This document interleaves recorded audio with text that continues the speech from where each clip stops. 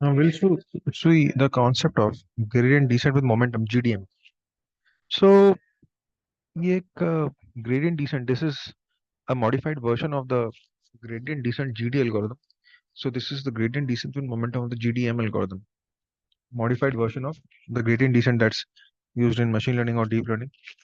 So, let us first of all understand what is the basic concept of GDM and how is it different from GD. For example, इस चीज को समझने के लिए let us look at a simple example. So let us say this is इस axis पे cost function है, इस एक्सिस में इटरेशंस हैं. So this is the cost function j and these are the iterations I. So आपका जो gradient descent है, generally अगर आप ऑब्जर्व करेंगे, ये इटरेशंस हैं. लेट अस से दिस इज योर एरर, ये cost function j. Gradient descent generally काफी फ्लक्चुएट करता है, so it keeps fluctuating a lot. यहाँ पे बेसिकली आपको एक one dimensional variation in the cost function दिख रहा होगा कि आपका जो इस एक्सिस में आपका इटरेशन है और इस एक्सिस में आपका कॉस्ट फंक्शन ऐसे वेरी कर रहा है. तो कॉस्ट फंक्शन इस तरीके से इसको देखना एक तरीका है. दूसरा एक्चुअल अगर आप देखें, so basically the concept is something like this. It's a contour. So मतलब ये सिर्फ स्ट्रेट लाइन में नहीं जाएगा. It's basically an area if we try to understand this. So rather, this would be a more effective way of looking at it. So this is basically yes.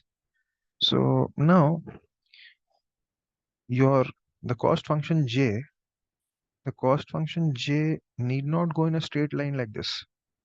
It can move like this and this and this and this also. So if you look at the contour, अगर हमें area assume करके चलें जिसमें cost function को आपको minimise करना है with the number of iterations, तो ये ऐसा जाएगा, ये ऐसा ऐसा ऐसा ऐसा ऐसा ऐसा ऐसा. विद इटरेशंस क्या होना चाहिए, कॉस्ट फंक्शन मिनिमाइज होते जाना चाहिए. सो अगेन जो फ्लक्चुएशंस हम देख रहे हैं, it's with respect to iterations and this is the cost function J. Interestingly अगर हम इसका पाथ देखें, इट इज नॉट नेसेसरी कि उसको एक स्ट्रेट लाइन पाथ में जाना पड़ेगा. वो ऐसे भी जा सकता है, ऐसे ऐसे घटता जाएगा, फ्लक्चुएशन घटता जाएगा. स्ट्रेट पाथ में जाने की जरूरत नहीं है, इट्स नॉट नेसेसरी. इस चीज को कहा जाता है gradient contour. This is called the gradient contour. So this is basically an area, a 2D space. Okay, in machine learning, we generally use the GD algorithm, gradient descent. जो बड़ा limitation है gradient descent का, जो कि बहुत सारे extensive research works देखते हैं, वो ये है जैसे जैसे इटरेशन बढ़ाते हो कॉस्ट फंक्शन तो घटता है, लेकिन gradient descent shows a lot of fluctuations. ये फ्लक्चुएशंस बहुत ज्यादा दिखाता है कॉस्ट फंक्शन. यहाँ पे एक इंपॉर्टेंट पॉइंट है, that's called the overshoot and the undershoot. So if we look at this, what is the overshoot and what's the undershoot? So अगर ये iteration है, ये अगर cost function है, let us say ये ऐसे stable होके ये ऐसे इस तरह से इस वैल्यू पे स्टेबल हो जाएगा. तो let us say आपका cost function, just for an example, cost function जो है ये let us say इसकी जो वैल्यू है, जो एरर है, let us say इसकी वैल्यू 0.1 पे स्टेबल हो जाएगी. जस्ट फॉर एन एग्जाम्पल हम मान के चलते हैं एरर इससे नीचे नहीं जाएगा, 0.1 पे जाके स्टेबल हो जाएगा. Okay fine. अब आपका एरर 0.1 के ऊपर भी जा रहा है, 0.1 के नीचे भी जा रहा है. ये हम चाहते नहीं कि एरर इतना फ्लक्चुएट करे, बट जा रहा है. ये जो वैल्यू है, ये जो बेस वैल्यू है, इसका जिसे हम एंडिंग पॉइंट भी बोल सकते हैं, एंडिंग या फिर सेटलिंग एरर, एंडिंग और settling error. Let us say इसको हम लोग बोलते हैं E S. Let us call this E S और E S S, E steady state. ESS. ESS stands for E steady state. Error of the steady state. Steady state मतलब जब error आपका stable हो गया, उस समय पे जो एरर है, that's the E steady state. अब आप एक चीज देखिए, आपका एरर ऊपर भी फ्लक्चुएट कर रहा है, आपका एरर नीचे भी फ्लक्चुएट कर रहा है। लेट अस से जब भी ऊपर जा रहा है, लेट अस से इसकी वैल्यू 0.6 तक जा रही है। जब वो नीचे की तरफ आ रहा है, ये लेट अस से -0.4 तक जा रहा है। जस्ट एग्जाम्पल के, ऊपर जा रहा है तो +0.6, नीचे आ रहा है तो -0.4, बीच में कहीं जीरो है, ये तो +0.1 है। तो देखिए ऊपर अगर आप देखें, तो ऊपर जो जा रहा है इसे कहते हैं overshoot. This is called overshoot. Steady state error के ऊपर जाता है तो कहते हैं हम लोग ओवरशूट। नीचे जो आ रहा है, this is called undershoot. This is called undershoot. This is called undershoot, overshoot and undershoot. So I write this down a little more clearly. Overshoot and undershoot. Now, हम ओवरशूट और अंडरशूट की वैल्यू समझे नहीं चाहते कि बहुत ज्यादा हो। Don't want the values of overshoot and undershoot to be very high. Error में ज्यादा फ्लक्चुएशन किसको चाहिए? तो लेट अस हम थोड़ा सा कैलकुलेट करते हैं ओवरशूट और अंडरशूट की वैल्यू एक्चुअली है कितनी। सो अगर हम सिंपल सा कैलकुलेशन करें, ये अगर हमारा बेसलाइन है, स्टेडी स्टेट अगर 0.1 है, इफ दिस इज 0.1, तो ये कहाँ तक जा रहा है? 0.6। तो आप 0.6 माइनस 0.1 कीजिए। 0.6 minus 0.1, how much is that? Plus 0.5। तो 0.5 का क्या है आपके पास? ओवरशूट है, ऊपर जा रहा है। नीचे आप देखिए, -1 है यहाँ पे, और यहाँ पे 0.1 है, यहाँ पे -0.4 है। तो कैलकुलेट करके देखिए, 0.1 minus -0.4 minus -0.4, how much is that? Again this is 0.5। तो आपका जो ओवरशूट और अंडरशूट है, दैट इज ±0.5। ऊपर की तरफ भी ये जा रहा है, नीचे की तरफ भी आ रहा है। ये अलग बात है, ग्रेजुअली धीरे धीरे एरर घटते घटते घटते घटते एरर स्टेडी स्टेट पे आएगा, वो अलग बात है। ग्रेडियंट डिसेंट काम करेगा, ऊपर जाना नीचे जाना, this is called overshoot and this is called undershoot. अब यहाँ पे there is an important concept. अगर हम किसी भी प्रोग्रामिंग लैंग्वेज में ग्रेडियंट डिसेंट को इम्प्लीमेंट करें, तो वो जावा हो, पाइथन हो, मैटलैब हो, आर प्रोग्रामिंग हो, जो ऑक्टेव हो, वी विल सी हमारा टारगेट ये रहेगा, मिनिमम नंबर ऑफ इटरेशंस में जो कॉस्ट फंक्शन है, जो एरर फंक्शन है, इसको मिनिमम नंबर ऑफ इटरेशंस पे मिनिमाइज करना, स्टेबल करना। अब ये कम से कम इटरेशन में स्टेबल तब होगा जब इसका ओवरशूट और अंडरशूट कम है। सिंपल एग्जाम्पल देखिए, ये चीज बहुत फ्लक्चुएट कर रही है, इसको स्टेडी स्टेट में पहुंचने में टाइम लगेगा ज्यादा। जो चीज इतनी फ्लक्चुएट कर ही नहीं रही है, जो चीज इतनी ज्यादा फ्लक्चुएट नहीं कर रही है, वो क्या हो जाएगा? बहुत जल्दी स्टेबल हो जाएगा। लेट अस से 50 इटरेशंस में स्टेबल हो गया, जस्ट एग्जांपल के लिए बोल रहा हूं। और लेट अस से इसको स्टेबल होने में 500 इटरेशंस लगे, जिसमें ओवरशूट ज्यादा होगा। ऑफ कोर्स इसमें ओवरशूट ज्यादा है, अंडरशूट भी काफी ज्यादा है। जरूरी नहीं ओवरशूट और अंडरशूट हमेशा सेम हो। इसमें अंडरशूट और ओवरशूट कम है, ये कम इटरेशंस में। ओवरशूट, इसे एमपीवी बोलते हैं, मैक्सिमम ओवरशूट। जितना कम होगा इटरेशंस भी जनरली आपके उतने कम होने चाहिए। This is the basic concept. तो ग्रेडियंट डिसेंट पर हम देखते हैं मशीन लर्निंग में ओवरशूट और अंडरशूट बहुत ज्यादा होते हैं।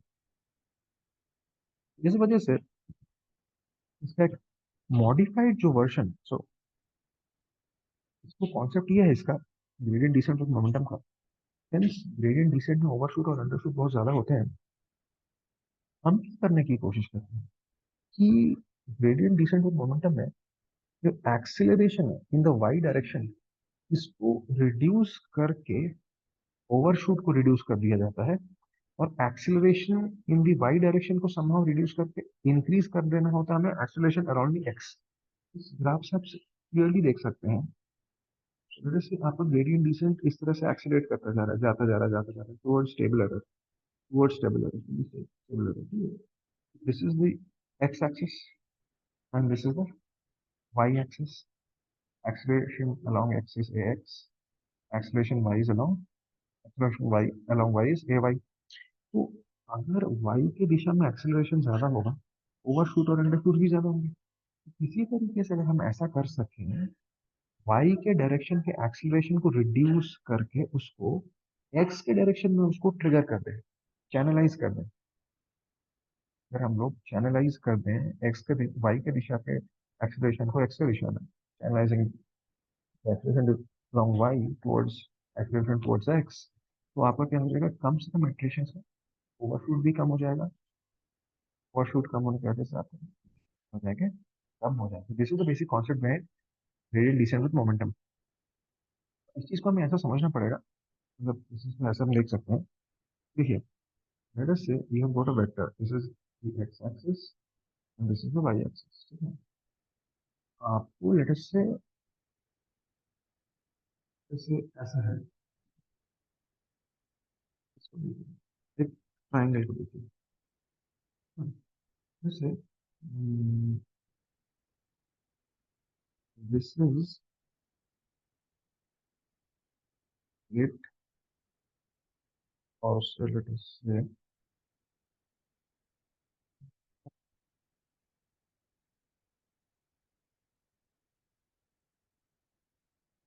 इस तरह से भी देख सकते हो। This is a vector,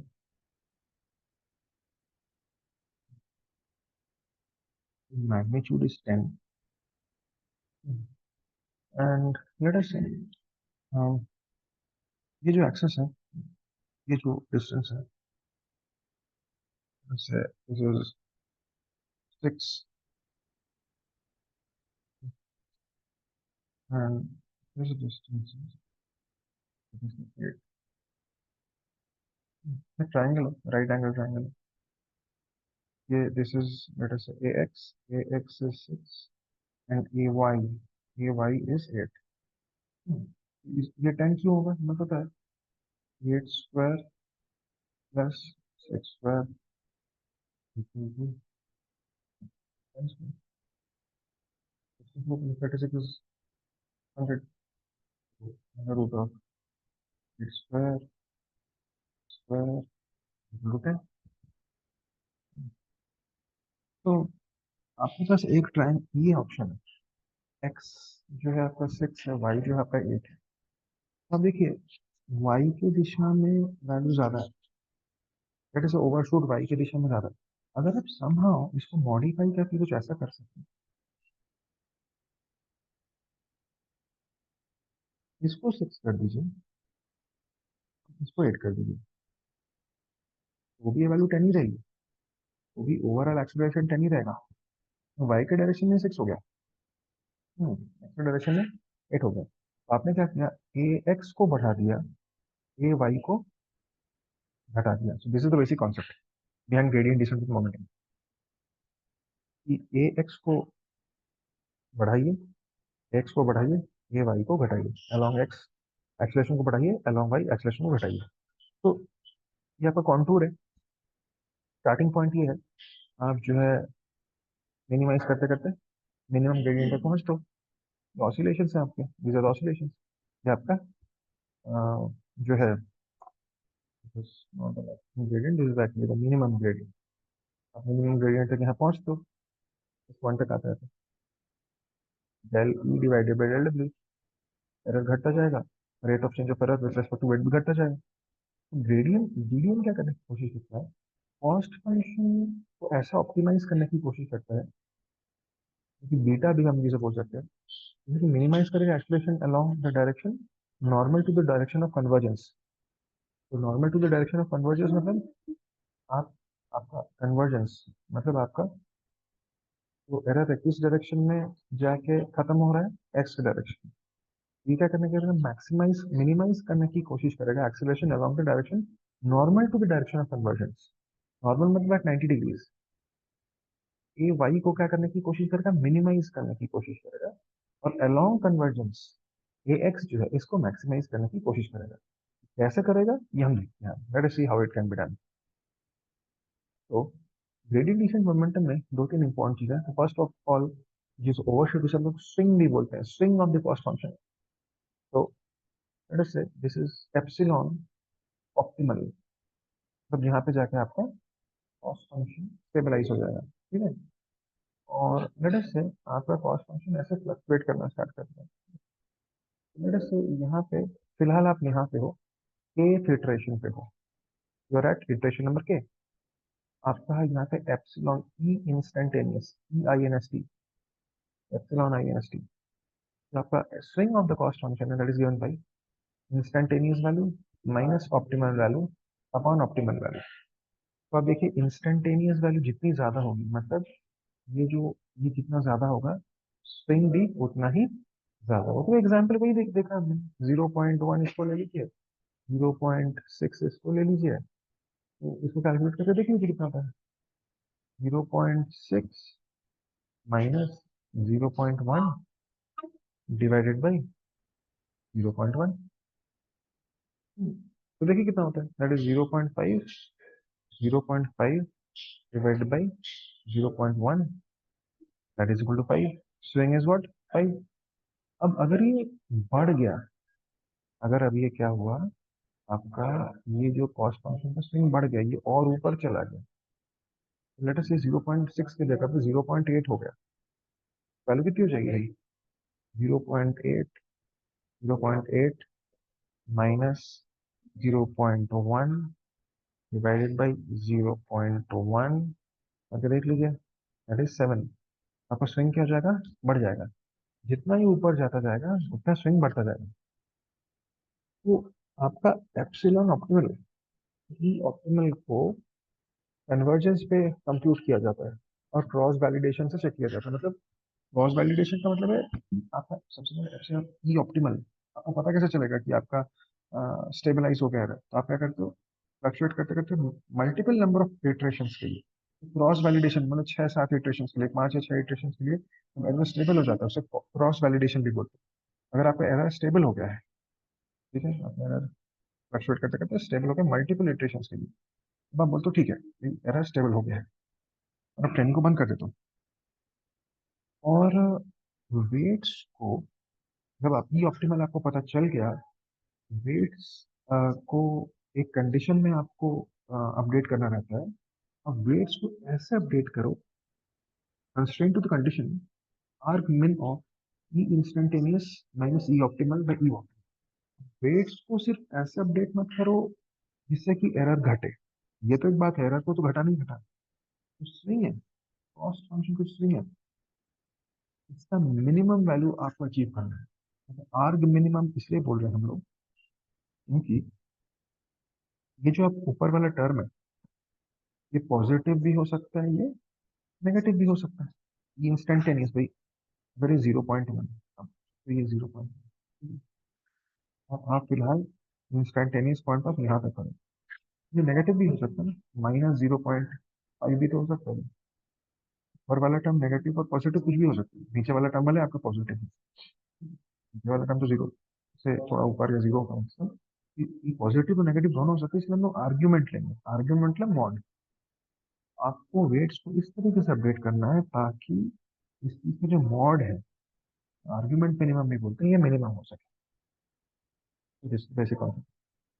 and इसको कैसे हम देखते हैं, देखने का तरीका इसका ये है कि ये जो कॉन्टूर है, जिसे हमने ग्रेडियंट कॉन्टूर है, ये आपका स्विंग है, स्विंग यहाँ पे बहुत ज्यादा है। अगर आपने gradient descent with momentum use किया, ये कंडीशन को अप्लाई करते हुए, तो स्विंग क्या हो जाएगा, कम हो जाएगा, जिससे नंबर ऑफ ये जल्दी कन्वर्जेंस तक पहुंच जाएगा और आपका इटरेशंस क्या होंगे, कम होंगे।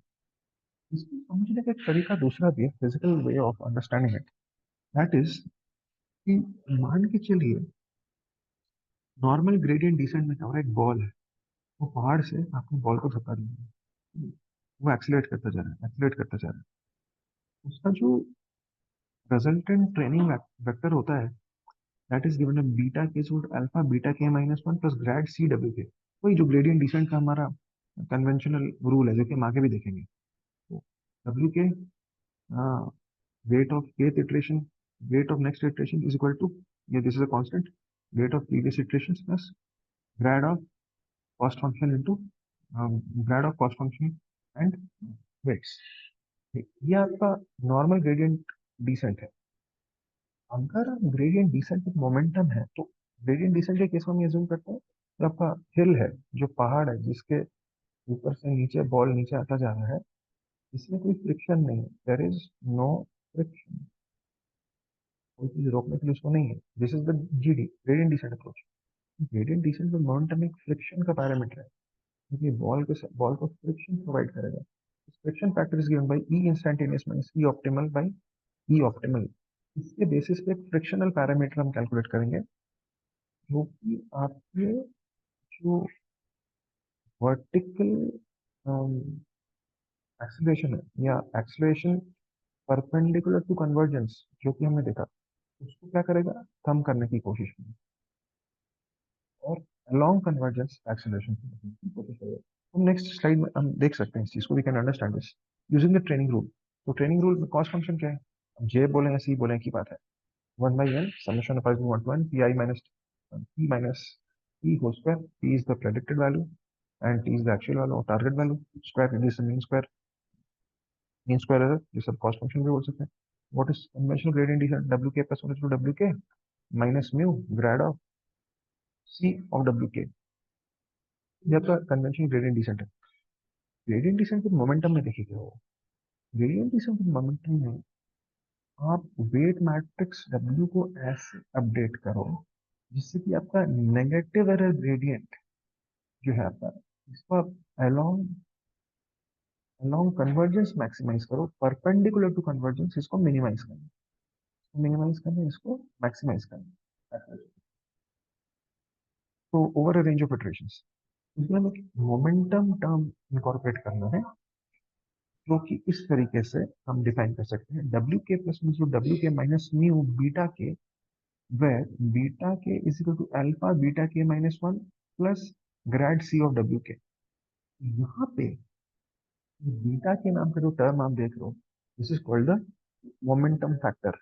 मोमेंटम फैक्टर क्या करेगा, फ्रिक्शन का काम करेगा, और आपका जो वर्टिकल फ्लक्चुएशन है, rather वर्टिकल नहीं बोलना चाहिए, the direction perpendicular to convergence, इसका जो एक्सीलरेशन है उसको मिनिमाइज करेगा, और अलोंग कन्वर्जेंस इसको मैक्सिमाइज करने की कोशिश करेगा। यहाँ पे अल्फा को कहा जाता है momentum attenuation factor, alpha is called the momentum attenuation factor, beta is called the momentum factor, C और डब्ल्यू के डिनोट्स द कॉस्ट फंक्शन। ये सी इंटू डब्ल्यू के नहीं है, सी ऑफ डब्ल्यू के है, क्योंकि जो कॉस्ट फंक्शन है it is a function of, जो भी कॉस्ट फंक्शन है, जो भी एरर है, it's a function of weights ना। जैसे जैसे वेट्स चेंज करते जाओगे कॉस्ट फंक्शन बदलेगा, कॉस्ट फंक्शन वेट्स का फंक्शन है, इट्स सी ऑफ डब्ल्यू k, C is a function of weights not multiplied by mu is called the step size. और जनरली जो लर्निंग रेट है अल्फा, ये जनरली इस रेंज में रहता है, -1 से लेके 1 के बीच में, और म्यू की वैल्यू आप 0 से बीच में रखते हो जनरली। तो मोमेंटम फैक्टर रहता है, मोमेंटम बीटा, जनरली अराउंड 0.2 0.3 के आसपास आता है, around about, these are standard values. तो अगर जनरली आप म्यू की वैल्यू नॉन नेगेटिव रखते हो और अल्फा की वैल्यू भी नॉन नेगेटिव रखते हो, जो ट्रेनिंग रूल है ये फास्टर कन्वर्जेंस दिखाता है फॉर इटरेशंस के, डैम्प कर देता है एस कॉस्ट को, स्विंग है कॉस्ट फंक्शन का, इसको क्या कर देता है, डैम्प कर देता है। This is the basic concept of gradient descent with momentum. It's a little mathematical, but it's okay. Probably one or two iterations of studying this will make it more clear.